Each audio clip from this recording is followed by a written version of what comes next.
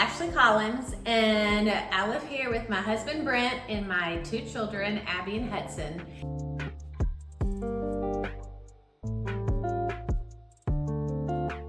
I always loved the street. It's very quiet, it dead ends into the refuge.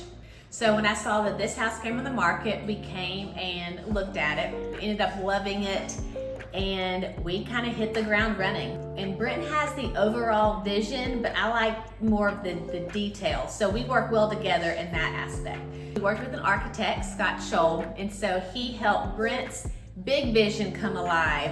And then when we got down to where I wanted different rooms and bathrooms, he worked well with me to kind of make my vision come alive. Each timber frame, because they are so massive, what we ended up having to do is pretty much cut out the middle of the house, take off the roof, pretty much fly the timbers in, and he had 2 men on the ground and trying to put each bent into the foundation that they had built under the crawl space. All the timbers you see from the front of the house all the way to the back porch, they did it the same way. Now the house had existing fireplaces that were one faced the living room and one faced the dining room. And so we took off all the drywall sheetrock and exposed the brick. My other favorite place is the butler's pantry, not only for aesthetics, but for functionality. Things I really love about building is being able to save some of the past or restore some of the past and incorporate that into a new, sleek, modern look, and we were able to do that. Fortunately, the house, we uncovered that it had white oak floors existing. We wanted new white oak floors in the addition, so we incorporated the thinner white oak, and we actually were able to take some of the brick that we took off the house, where we cut the house in half when we did the timber frame. We saved those, cut them in half, and then end up using them as pavers.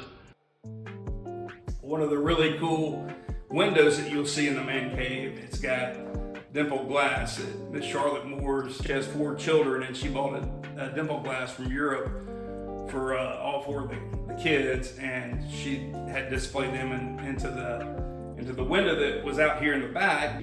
We had to find a new location for that, and none better than the front of our new renovation in the man cave. We spent a little over 3.5 years to where we're at almost a stopping point. Now, we do have a punch list left, but we did want to make sure we spent the time we needed to make this house the way we wanted to. And that includes the decor, the furnishings.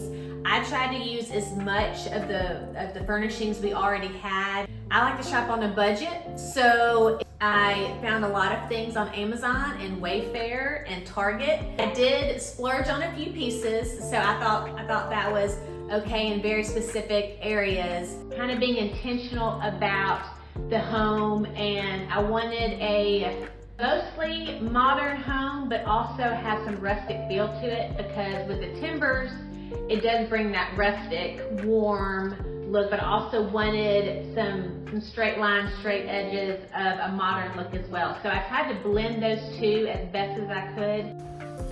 We talk about function being the important part of